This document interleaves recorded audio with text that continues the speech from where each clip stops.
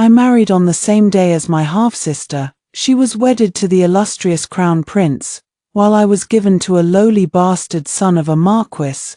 Later, the crown prince was deposed and fell from grace overnight, reduced to the mire of despair, but my husband, on the other hand, transformed himself into a long-lost imperial prince. She came to live in my mansion under the pretense of missing me, but in truth, she was here to seduce my husband. She slandered me repeatedly, and my husband believed every word of it. My half-sister was triumphant because of this, but little did she know my husband was mentally unstable. Whenever his illness flared up, he would fly into a violent rage, taking pleasure in beating and torturing those around him. The more he loved someone, the crueler he would be to them. And as for me, playing the role of his devoted lapdog all these years, it was only because I was a spy sent by the fifth prince. I was holding a bowl of boiling hot soup in my hands, steam curling up from its surface in thick, billowing clouds. My half-sister had come to stay at the prince's mansion, claiming she missed me. As the lawful mistress of the mansion, it was only natural that I should treat her well, not to mention that she was also the former crown princess, my sister-in-law. "Please have some soup, Your Highness," I said, my voice dripping with undisguised reluctance, my teeth gritted tightly together. My husband frowned in displeasure. "The soup is scalding hot. How can she possibly drink it, Your Highness?" "It's perfectly fine," my half-sister replied, putting on the gentle and virtuous airs of a mistress of the house. To anyone who didn't know better, she would have looked like the rightful owner of this mansion. "Sister, why must you be so formal with me?" She waved away the maid who had stepped forward to take the bowl from her, then smiled softly. Rising to her feet to take the bowl from my hands in person, my heart twisted with disgust. Ever since I returned to the capital, my half-sister and I had been locked in a constant battle of wits. I knew every trick in her playbook like the back of my hand. I could tell when she was about to fart just from the way she held her breath, and I knew she was about to stir up trouble the moment she started acting kind to me. So I dumped the boiling soup directly onto her hands. The scalding heat made her lose all control over her facial expressions. That perpetually soft, guanine-like face of hers finally twisted into a look of vicious hatred for a split second. Unfortunately for her, my husband was standing behind her. He didn't see a thing. But that was just fine. Let him keep idealizing my half-sister as the pure, untouchable white moonlight in his heart forever. That was exactly what I wanted, for him to love my half-sister more and more deeply with each passing day. Now that I'd done it, I didn't bother hiding the triumphant smile on my face. Aru, my husband, rushed over in a panic, saw the terrible burns on my half-sister's hands, and without a second thought, backhanded me across the face. He had trained in martial arts since childhood, and that single slap sent me flying 2**** away. "You venomous woman." 2. I had deliberately scalded my half-sister, and showed no sign of remorse. As punishment, my husband ordered me to kneel in the heavy snow for 3 hours to atone for what I had done to her. Large snowflakes were still falling sparsely from the sky, the bitter cold wind cutting to the bone, making me shiver uncontrollably. The skirt of my dress, covering my knees, was soaked through with melted snow, my legs numb with cold. My husband had originally been nothing more than a lowly bastard son of a marquis. Not long ago, the Wang clan, the maternal family of the current empress, was exposed for committing countless heinous crimes, embezzling disaster relief funds, accepting bribes, rigging imperial examinations, and more. Their sins were too numerous to count. The empress and the crown prince were implicated in the scandal as well. At that moment, the noble consort Shu stepped forward, accusing the empress of bribing a midwife to kill her newborn son all those years ago. Back then, the empress had held absolute power over the imperial harem. To ensure her son's safety, the noble consort Shu had secretly swapped her living child with a dead baby. letting him be raised outside the palace where he could grow up in peace. Only then did everyone realize the man I had married was actually an imperial prince. The noble consort Shu was unparalleled in both beauty and talent, the most favored woman in the harem, outshining all others. Everyone in the capital said I was a fool who had stumbled into great fortune, marrying a prince by sheer luck. Who knew, perhaps I would even become an empress one day. After all, I had been a legitimate daughter of a prominent noble family, yet I had spurned the advances of princes and nobles alike, choosing instead to pine for a down-and-out bastard son of a marquis. At the time, I had been the laughingstock of the entire capital, but only I knew the truth. I had known he was the noble consort Shu's son all along. I had married him precisely because of his hidden identity as a prince. 3. Steward Wang, shivering from the cold, pulled his sleeves tighter around himself as he led Chen Akai over to where I knelt. Akai was a large black dog that my husband had raised as if he were a second son, standing half a *Kai* tall. It bared a row of sharp, yellowed fangs when it opened its mouth, fangs sharp enough to snap a man's neck clean in two with a single bite. Steward Wang rubbed his red, frozen hands together. Your Highness, why must you make things so hard for yourself? Just swallow your pride and apologize to His Highness. He still has feelings for you, after all. How can you possibly endure kneeling in such heavy snow? I didn't say a word, only smiled faintly at Akai's strange, dark, deep-set eyes. The dog suddenly lunged at me, leaping through the air, stopping just a hair's breadth away from my face before Steward Wang yanked it back by its leash. Woof, woof, woof, woof, woof. You beast, behave yourself. Steward Wang kicked the dog twice, struggling to hold it back. Suddenly, the door to the main hall across the courtyard swung open. My husband stormed over to me, his face dark with rage, and grabbed me by the throat, squeezing hard. Speak. What poison did you give Rua? Ah. Right, the bowl of soup I'd splashed on her earlier. I'd added a little something extra to it. It would make her suffer indescribable pain, but any half-decent physician would be able to cure her. I was choking, struggling to breathe. Wait a minute. Buddy, you're demanding I tell you the truth, but you're squeezing my throat so hard I can't even speak. What exactly do you want? He grabbed me by the neck, slamming me down onto the ground with a brutal force. My head hit a rock lying on the snow, splitting open and bleeding profusely. Your Highness, the imperial physician is here. He immediately let go of me, rushing away in a hurry to greet the physician. I stared at the trail of blood snaking its way across the snow-covered ground, my mind wandering, as if I were transported back to that bloody night many years ago. 4. Aji, run forward, don't look back. My mother screamed at me from behind, her voice tearing itself apart in her throat. I didn't dare turn around, only ran as fast as my legs could carry me. Behind me, my mother's cries grew fainter and fainter until they finally stopped altogether. I didn't dare think about what had happened to her. The rain soaked through my cloth shoes, making my feet cold and heavy. Clutched tightly in my arms was my baby brother, not even 3 months old yet, crying his heart out in terror. My father had been a servant in the Marquis of Ningan's mansion. Ever since he had been assigned to serve the second young master, the Marquis's bastard son, he had come home covered in injuries every 10 days or so. After my mother gave birth to my brother, her health had taken a turn for the worse. To make ends meet, my father had had no choice but to endure the abuse and continue working there. But just yesterday, my father was found dead. When his body was carried home, it was covered in countless horrific wounds.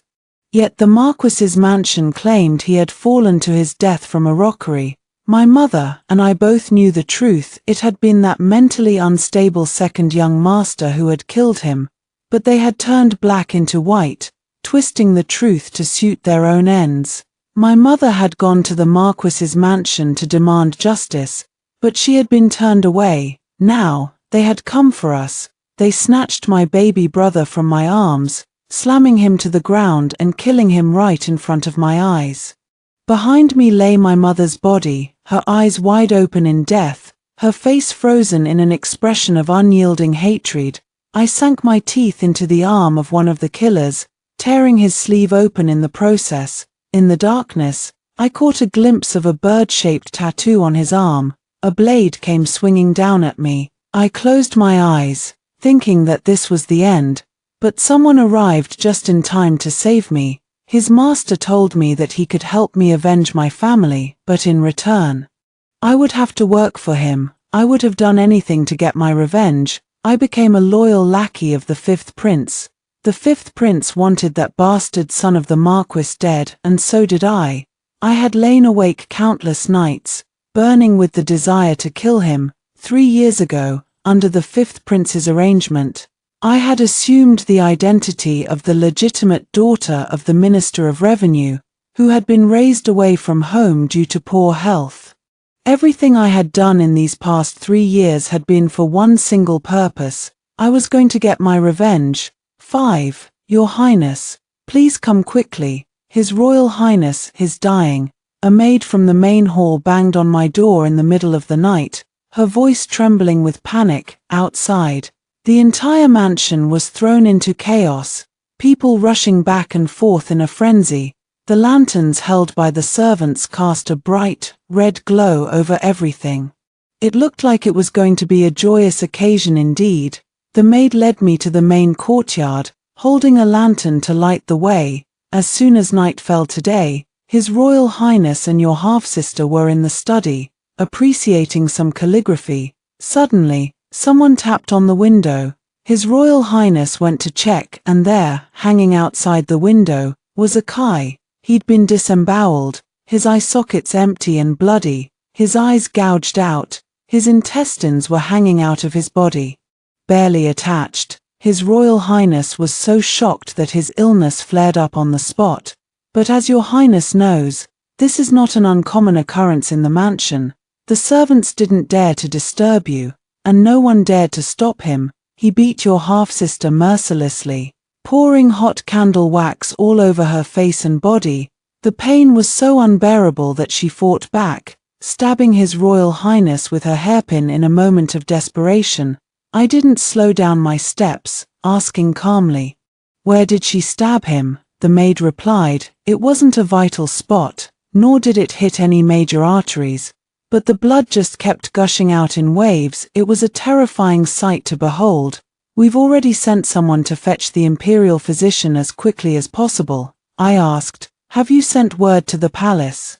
The maid nodded. As soon as we saw how serious his condition was, we sent a messenger to the palace without delay. When I arrived at the main hall, my cloak dusted with snow. The place was in complete disarray. My half-sister's hair was in disheveled tangles, her clothes torn to shreds, held captive by 2 imperial guards on either side of her. My husband lay unconscious on a side couch, his clothes soaked through with blood, as were the cloths the guards were pressing against his wound in a desperate attempt to stop the bleeding. Drop, drop, bright red blood dripped steadily from the edge of the couch onto the floor, forming a dark pool. Sure enough, before the imperial physician could even arrive, my husband had already bled to death. "Your Royal Highness, how could you leave me like this? How could you bear to leave me alone in this world? You're so cruel." I threw myself onto my husband's still warm body, wailing loudly, my voice filled with grief-stricken despair. But only heaven knew how wide I was smiling, my face buried in his chest to hide my joy. My husband had been mentally unstable. Whenever he was provoked, his illness would flare up, and he would fly into a violent rage, taking pleasure in beating and torturing those around him. The more he loved someone, the crueler he would be to them. That was why I had never exposed my half-sister's true colors all these years. My half-sister had been raised in luxury, pampered and spoiled her entire life. She would never have endured his abuse like my father, a lowly, insignificant servant, had done. 6. My mother-in-law, the noble consort Shu, and the emperor rushed over from the palace in a hurry. But by then, my husband was already dead. Only I, his widow, remained by his bedside, weeping for him. Your Royal Highness, how could you leave me behind like this? I clung to my husband's still warm body, tears streaming down my face. The noble consort Shu couldn't bring herself to believe the truth. Her legs gave way beneath her, and she collapsed to her knees beside the couch, trembling as she called out to the terrified imperial physician standing nearby. Imperial physician, hurry and save His Royal Highness. Your Highness, noble consort Shu, His Royal Highness is already gone. His breath ceased. Not even Throne.Too himself could bring him back to life now. The imperial physician replied, his eyes filled with helpless sorrow. I immediately stopped crying, wiping the tears from my face as I stood up. I marched over to my half-sister in a rage, slapping her hard across the face and sending her sprawling to the ground. It's you, it's all your fault, you bitch. Tell me, did the deposed crown prince send you here to murder His Royal Highness? If I had known this would happen, I would have fought to the death to stop His Royal Highness from letting you set foot in this mansion. My mother turned to look at Father Emperor at once. The only pillar of support for her later years was gone just like that. How could she possibly accept such an easy death for her? She had to find a way out for her own future. She had just stood up when a sharp glint flickered in Father Emperor's eyes. He gave the order without hesitation. Guards, drag her down and grant her death by strangulation. Your Majesty. Mother stared at Father Emperor in disbelief, clutching the hem of his imperial robe. The half-spoken accusation hanging on her lips died in her throat as Father Emperor shot her a cold, unyielding glance. She fell silent, saying no more. Father Emperor, this daughter did not act intentionally. Father Emperor, spare me, please. My half-sister knelt on the ground, kowtowing frantically in terror, but her pleas were clearly in vain. The two eunuchs who had accompanied Father Emperor paid no heed to her cries and struggles, dragging her mercilessly out of the hall. To spare the noble's eyes from the sight of the execution, the servants moved to close the hall doors, separating the interior from the place of punishment. Just as the doors were about to shut completely, I stood at the very back of the crowd, fixing my half-sister's eyes, which were filled with utter despair. I curled my lips into a slow, condescending smile. Aya, her screams of struggle echoed from outside the hall. But they faded into silence within a few short breaths. The snow continued to fall in thick, swirling flakes, melting softly as soon as they touched the ground.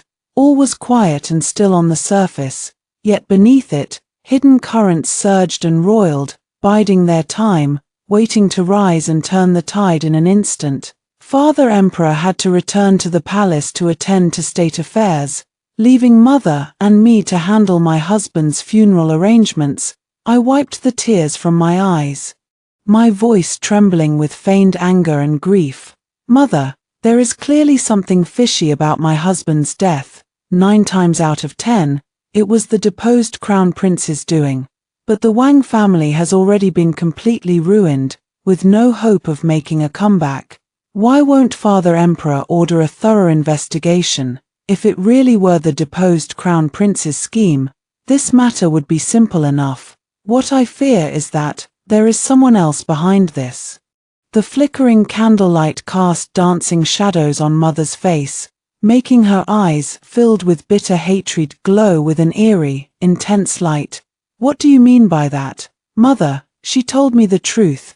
Though the Emperor seemed to dote on her the most, the woman he truly loved was Consort Liang, the mother of the 5th prince. He loved her deeply, but the imperial harem was a den of wolves and tigers, full of dangers, to keep Consort Liang from becoming a target of jealousy. The Emperor had used her as a decoy, showering her with endless honors and favors to draw all the attention away from his true love. Even their pregnancies, happening one after the other, had been deliberately arranged by the Emperor to ensure that Consort Liang could give birth to her child safely. Without any interference, now that the crown prince has been deposed and my son is dead, isn't that wretch and her son the ones who will reap all the benefits?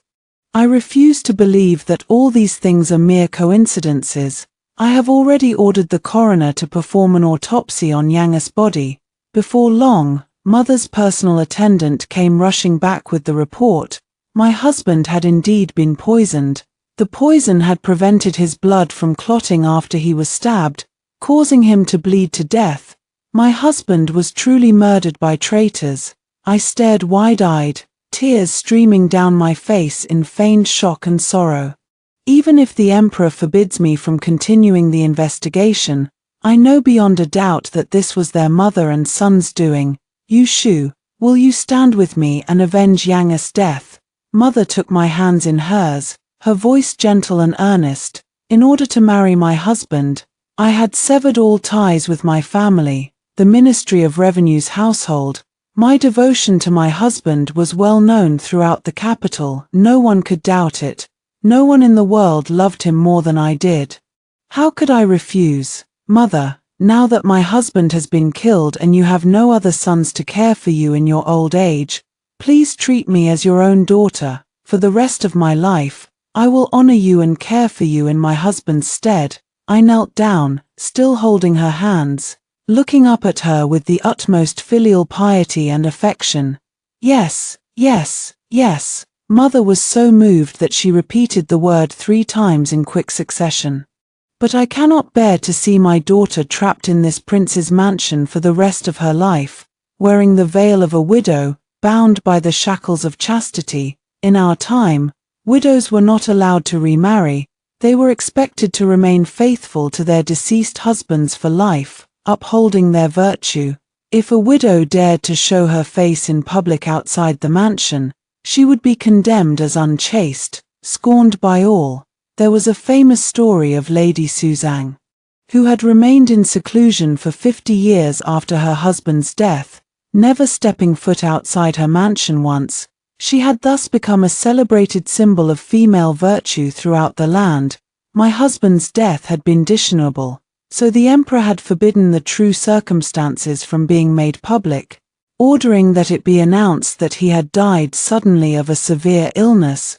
Mother begged the emperor to issue an imperial edict, conferring upon me the title of Princess Mingyu. To the outside world, she claimed that she had given birth to a pair of dragon and phoenix twins that year. From that day on, I was no longer the daughter of the Minister of Revenue, nor the widow of the 6th prince. Instead, I was the long-lost 7th princess, who had been separated from her twin brother, my late husband, shortly after birth. The deposed crown prince, implicated in my half-sister's crime, was exiled to Dingyang, a remote land 1,000 miles away. My husband's hidden guards, his treasury, and his network of contacts in the court and among the common people had always been managed jointly by the two of us. Now that he was dead, I inherited them all without any question or opposition. Promotion, wealth, and the death of one's husband, in the space of a single night. I had experienced the 3 greatest joys in a woman's life. There was a secret tunnel hidden beneath the clothing shop 2 miles away from the prince's mansion. It was cold, damp, and dark. Every 5 steps along the walls stood a candlestick, casting a dim, flickering light that barely illuminated the path ahead. At the end of the tunnel, I pushed open a wooden door, stepping into a magnificent inner hall of the 5th prince's mansion. A maidservant came forward to take my cloak. His Highness is taking a short nap. I nodded in acknowledgement, then tiptoed quietly into the inner hall. Xiao Chiza was leaning against the couch, his eyes closed. On the desk lay a sheet of rice paper, upon which 4 large characters were written in bold, powerful strokes. Asterisk asterisk show Jing Che Rong asterisk asterisk. Guard peace. Eliminate chaos. The calligraphy was vigorous and elegant, like clouds floating in the sky and dragons soaring through the clouds, completely contrary to the meaning of the words themselves. I picked up a brush, pulled out another sheet of paper, and copied the 4 characters exactly as they were written. comparing the two sheets side by side. They looked identical at first glance, but anyone who looked closely would see that my version was nothing more than an empty imitation, lacking the true spirit of the original. Behind me, I heard the soft sound of something falling to the ground. I turned around. The small blanket that had been covering Xiao Chiza's body had slipped off and landed on the floor. I bent down to pick it up, gently covering him with it again. When I raised my head, I found him looking at me with his eyes wide open, deep, clear eyes like a tranquil lake, filled with tenderness. "Your Highness is awake," I said, startled for a moment. I walked over to the table, poured him a cup of tea, and held it out to him, but he did not take it. Instead, he rose to his feet and walked over to the desk, gazing intently at the 4 characters I had written. I set down the teacup, smiling faintly. "Forgive this subordinate for showing off my poor skills. Your Highness taught me everything I know about calligraphy, but I am too dull-witted. After all these years, I have only managed to learn the superficial appearance, nothing more. Everyone has their own unique style. To write like oneself is already a rare gift," he said, his voice soft. "By the way, how is everything at the 6th Brothers Mansion these days? Your Highness may rest assured, the 6th Prince died instantly from a single stab wound to the heart, inflicted by my 2nd elder sister. This matter has nothing to do with your Highness at all. My mother and everyone in the mansion still trust me completely. I will advise her to know her place and behave accordingly," I replied with a smile. Xiao Chiza opened a drawer under the desk, took out a white jade bracelet, and gently placed it on my wrist. "I saw this at my mother's place. It suits your complexion perfectly." I looked at him, pretending to be overwhelmed by his kindness and favor. "You should go back early. Do not arouse anyone's suspicions." Before leaving, I stroked the jade bracelet on my wrist, glancing back at him with a look of reluctant longing before finally turning away. Upon returning to the mansion, I took off the jade bracelet, twirled it between my fingers a couple of times, then casually tossed it into my jewelry box.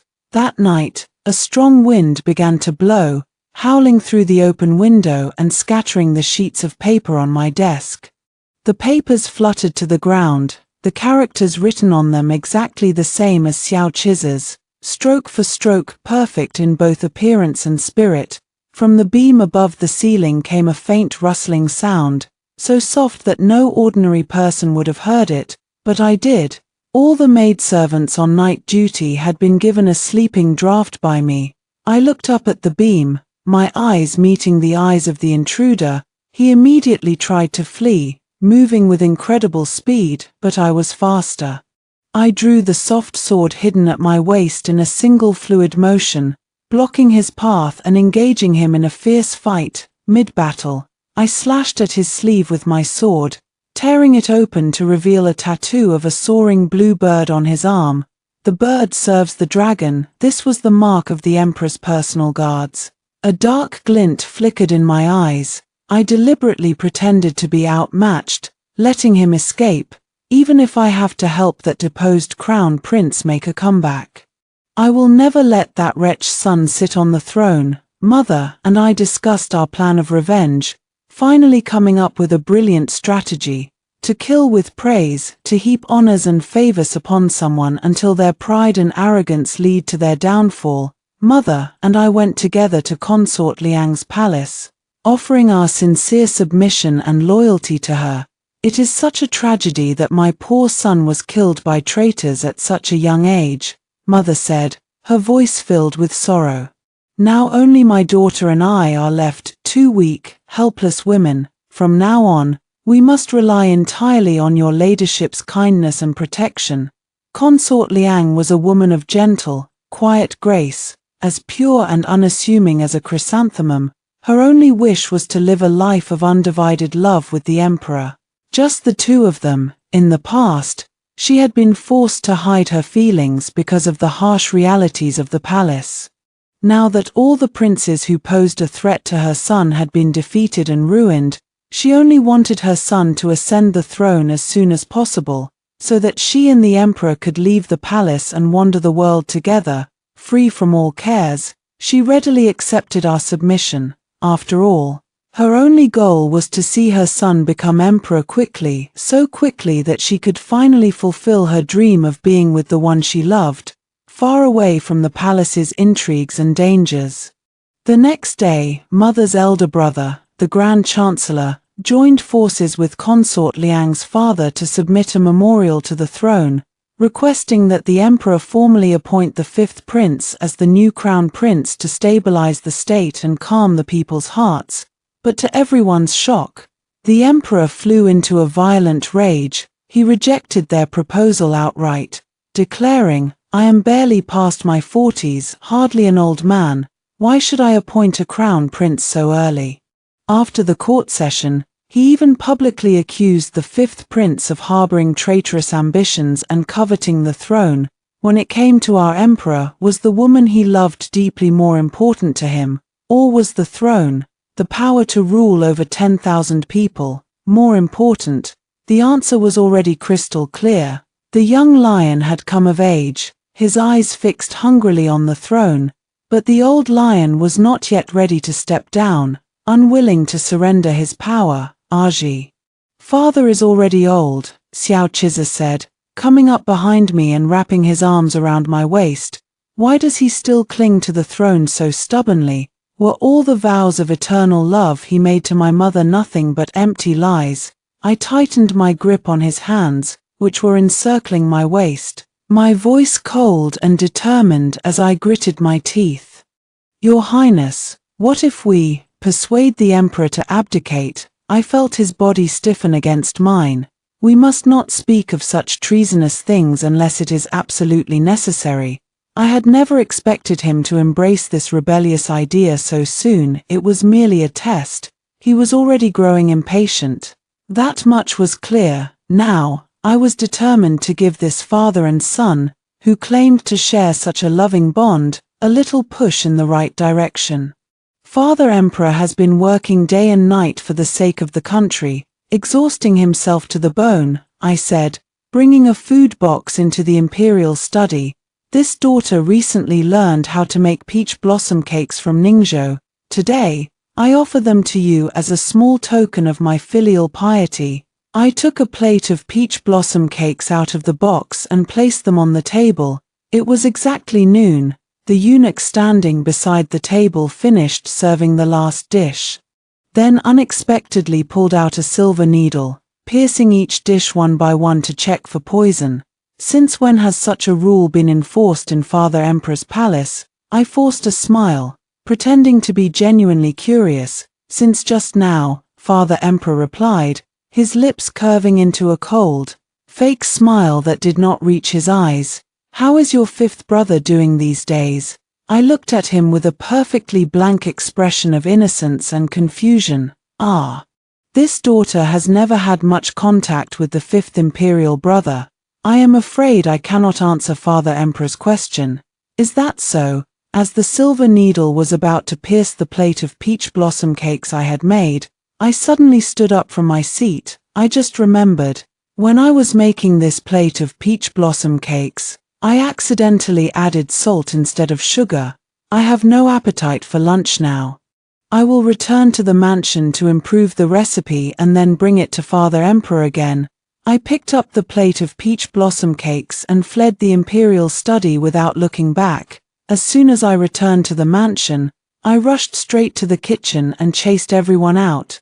Just as I was about to destroy the peach blossom cakes, I clutched my stomach, feigning a look of agony, and hurried out of the kitchen, after spotting a shadowy figure slipping inside. I quietly knelt down outside the window and watched as the hidden guard sent by Father picked up a piece of the cake.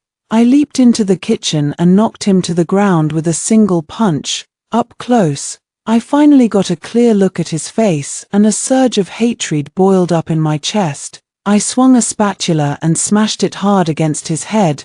The spot where it hit caved in immediately, a testament to the force I'd used. You are." His eyes widened, and it seemed he recognized me at last.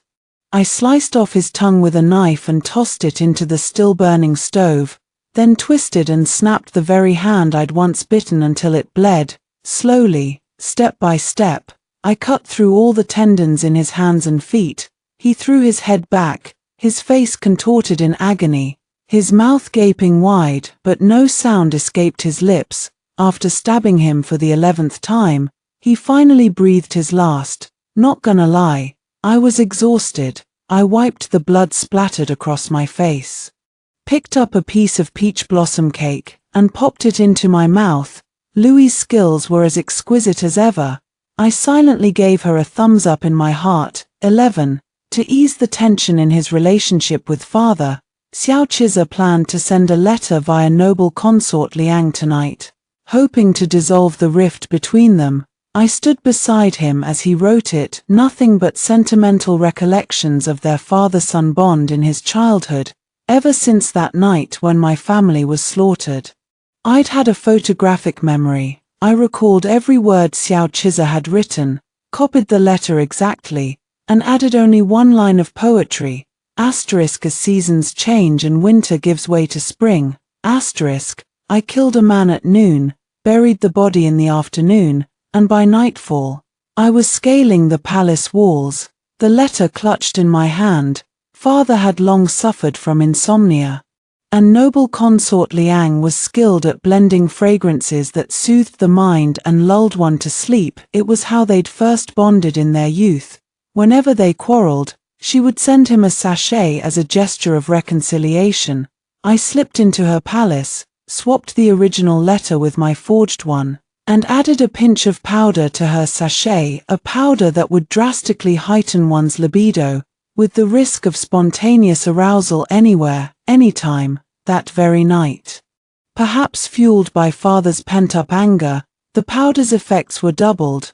Rumor had it he'd taken 4 palace maids to his bed in the hall of heavenly purity, the 5 of them tangled in a frenzy of passion, oblivious to the world around them. It seemed father was still going strong, might even live another 20 or 30 years. The concubines in the harem swarmed him like bees to honey, vying for his favor, eager to bear him sons. The next heir to the throne was anyone's guess. Father accepted them all with open arms, but noble consort Liang was left out in the cold, not summoned for days on end. She moped in her palace day and night, sighing. Asterisk, he is no longer the young man I once knew. Asterisk, Xiao Chiza also found himself increasingly targeted by father's petty torments. Finally, he snapped. Kings have always been suspicious by nature, he said through gritted teeth. If I do not kill him first, he will surely kill me. Regicide is a crime punishable by the extermination of one's entire clan, he added, turning to me. Aji, are you truly willing to risk this? I gave a bitter laugh. Regicide is a capital offense, Your Highness, but I have no family left to lose. I stroked his cheek gently. Your Highness, since my family was destroyed, those who harmed us must pay with their blood. Aji, Xiao Chiza said, pulling me into a tight embrace. If one day I ascend the throne, you will be my only empress. 12. I disguised myself as a palace maid bringing offerings to show filial piety, carrying a lantern as I walked slowly forward. The day had been bright and sunny, but now the night was raging with fierce winds that whipped the loose strands of hair across my forehead. Floods had broken out in Huzhou, keeping father swamped with state affairs. These days, he'd been sleeping alone in the hall of heavenly purity. Inside the hall, 100 palace maids and eunuchs stood on duty. Along with hidden imperial guards posted in every corner, 2 eunuchs guarded the main entrance, standing watch through the night. Looking through the windows, the hall was bathed in bright candlelight. Why is your highness visiting so late at night? The eunuch on the right asked, bowing respectfully. Allow this humble servant to go and announce your arrival. He turned to leave, took one step and froze, spinning back around to face me. The palace gates were locked hours ago, he said, his voice sharp with suspicion. How did your highness? His words trailed off. The eunuch on the left crumpled to the ground, and he swayed unsteadily, slumping against the wall and losing consciousness. A strange, heady fragrance filled the air, growing stronger with every flicker of the candle flame in my lantern, until it permeated the entire courtyard. Noble consort Liang wasn't the only one who knew how to blend perfumes. I could do it too. No sleep tonight. Tonight, we kill the king. 13. Father had long suffered from dizziness and insomnia, and only the fragrance blended by noble consort Liang could offer him any relief. Thus, the hall of heavenly purity was filled not only with incense burners but also with scented candles. The air inside the palace had long been saturated with the scent of that perfume. Its main ingredient was a flower called *sushi*. Plain joy. Noble consort Liang had lived her entire life confined to the palace, never venturing out to see the vast world beyond its walls. She'd learned all her perfumery skills from books, but the world was far too vast to be contained within the pages of a single volume. In the land of the Miao tribes, there grew a poisonous flower called *Chiwei*, 7 tails, which was the mortal enemy of *Sushi*. *Sushi* was mild and gentle in nature. *Chiwei* was fierce and volatile. Anyone who had long inhaled the scent of *Sushi* would immediately fall into a coma the moment they caught a whiff of *Chiwei*. I sliced open the old emperor's arm with a dagger. The pain jolted him awake. The man who had once been worshipped by thousands now lay prostrate at my feet. He struggled to force out the words, his voice barely a whisper. You, is it that traitorous son of mine, daring to usurp the throne? You're wrong, I said, shaking my head lightly. The patter of raindrops against the window filled the silence. I walked over to the window and slowly pushed it open. Wind and rain rushed in, a few drops of rain splashing against my face. Does father even know who I really am? He collapsed onto the floor, his pupils dilated, his gaze unfocused as he tried to piece it together. Before he could speak, I stepped forward, smiling, and grabbed him by the throat. How could father possibly remember? I sneered.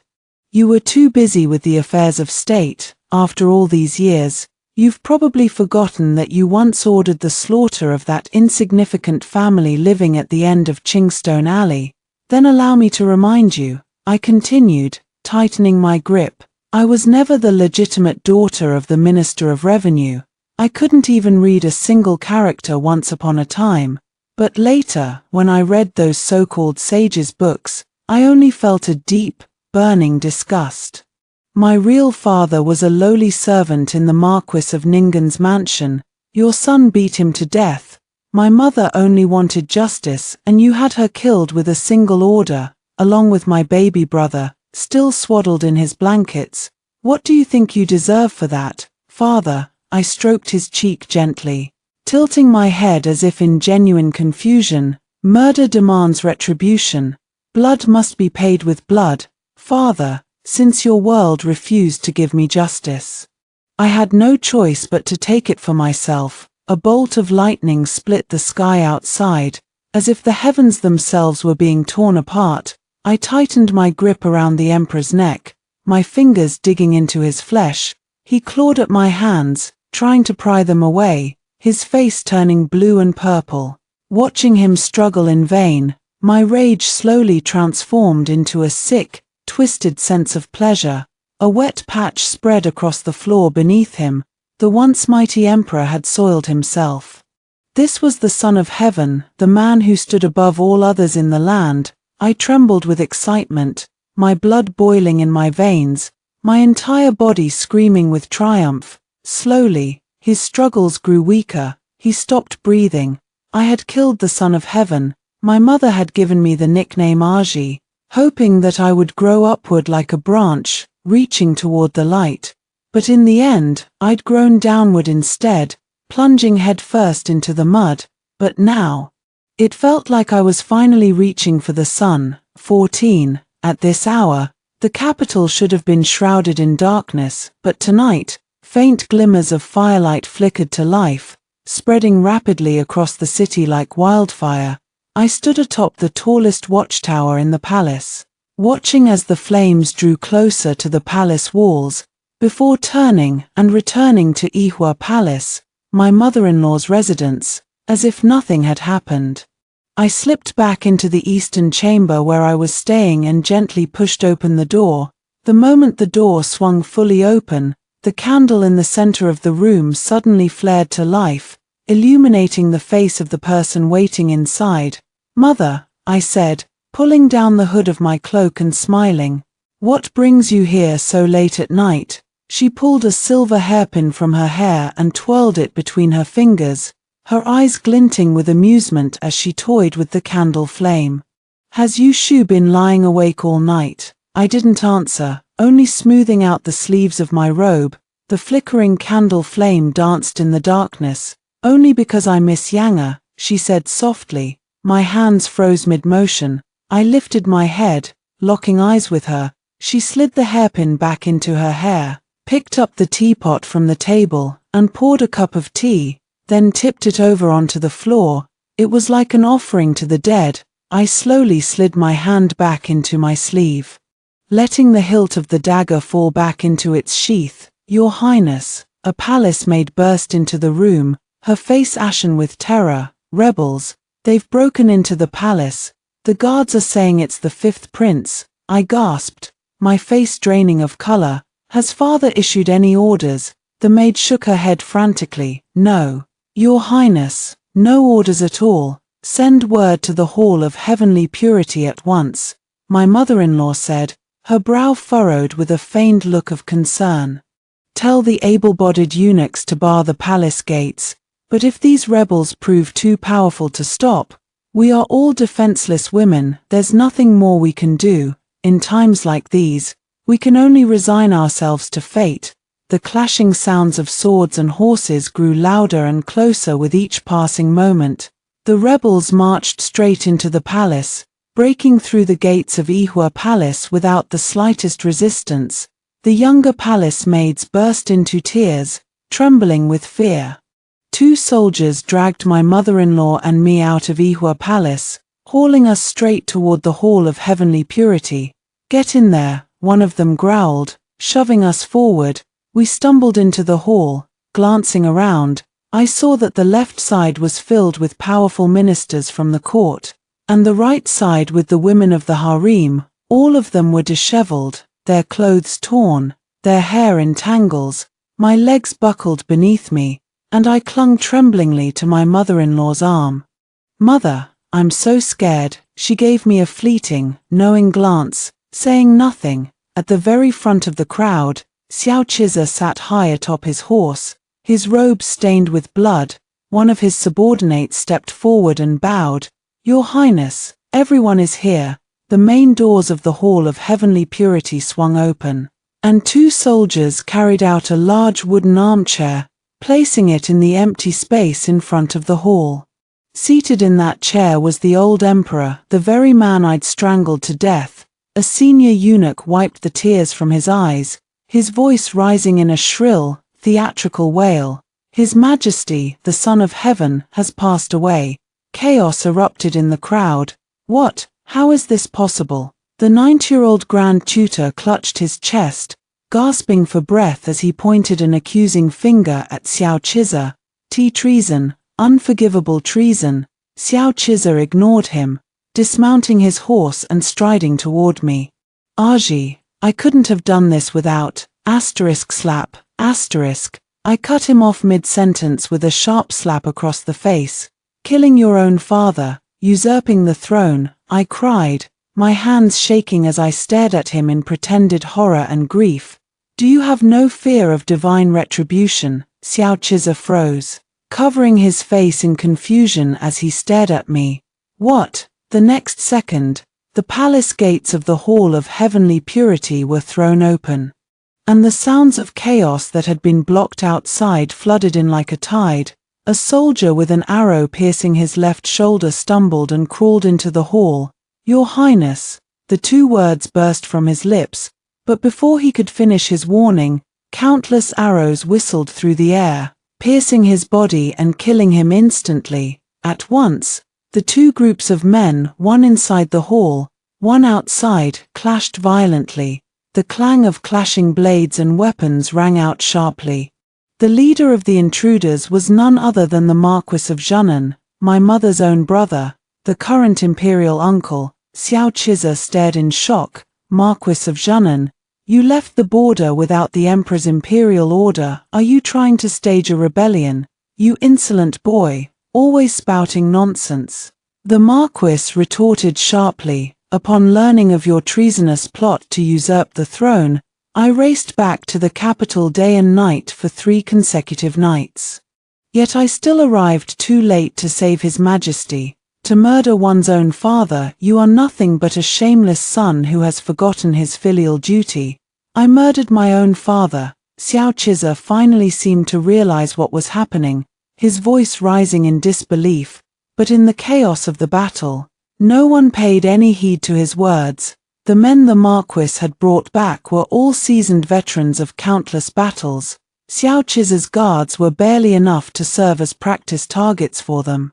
Seize this traitor, the Marquis roared. Presumptuous, Xiao Chiza shouted back. Is it not your Li family that is plotting rebellion? Tonight, it was her. She snuck into father's palace and poisoned him to death. My mother's voice rang out, filled with bitter anger. You traitorous son, even at the brink of death, you still cling to your last breath, spouting lies and slandering innocent people. Who in my palace does not know?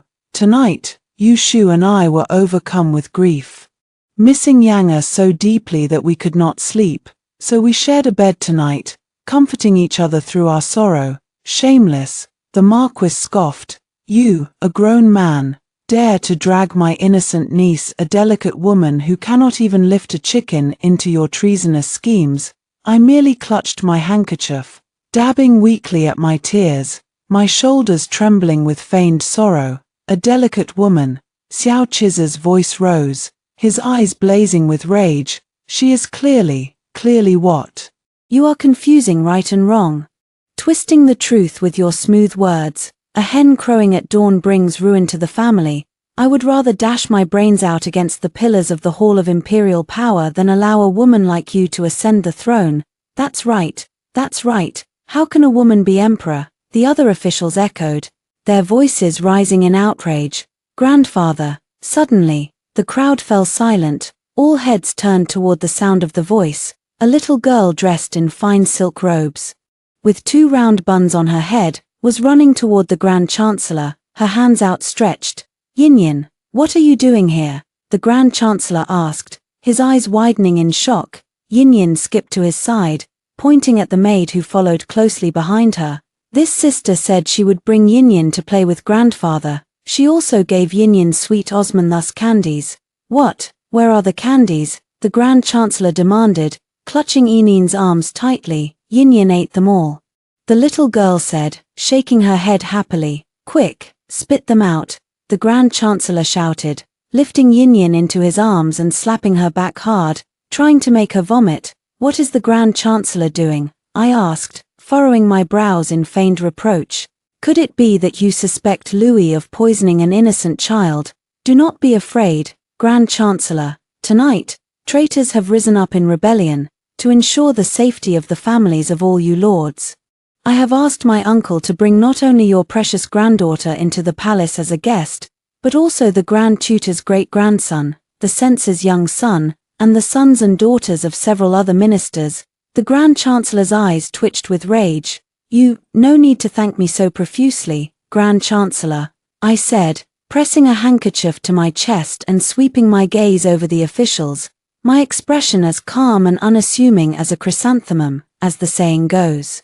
Good deeds bring good karma. I am merely accumulating virtue for myself. Quick, Louis, I said, turning to the maid. I think these lords have all been quite frightened tonight. Why not bring all their family members here, so that they can be reunited and feel at ease? The Minister of Revenue, who had only one son, stepped forward in a panic. Princess, there is no need. Princess, please wait. The imperial edict is the will of heaven. Laws and rituals cannot override the emperor's command.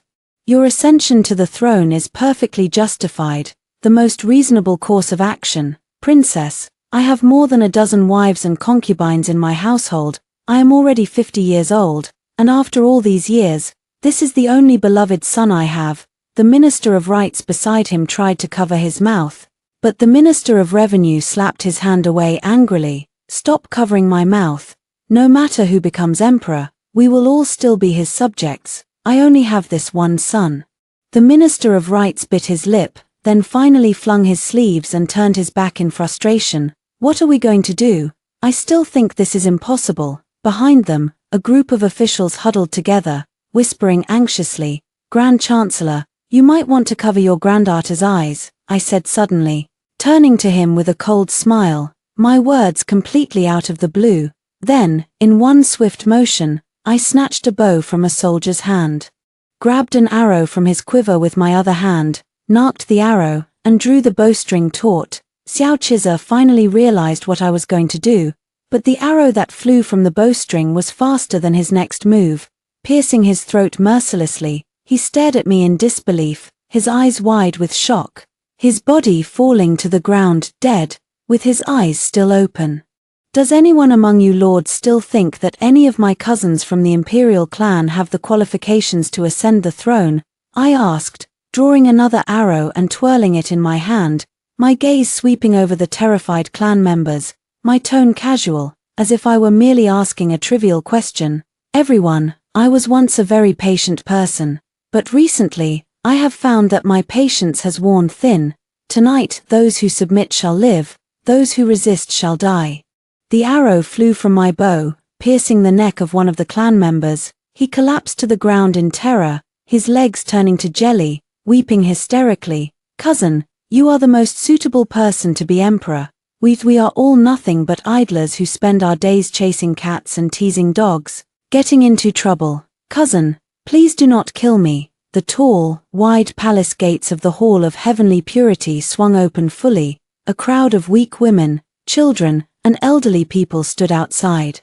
The young children stared curiously at the unfamiliar surroundings, giggling innocently. On either side of the gate, soldiers stood holding torches, one hand resting on the swords at their waists. As the gates opened, pairs of hopeful eyes looked inside, searching for their sons, their husbands, their fathers. Inside the hall, there was complete, deathly silence. "By the order of my late father, the emperor, I shall ascend the throne today. Does anyone object?" 3 heartbeats passed.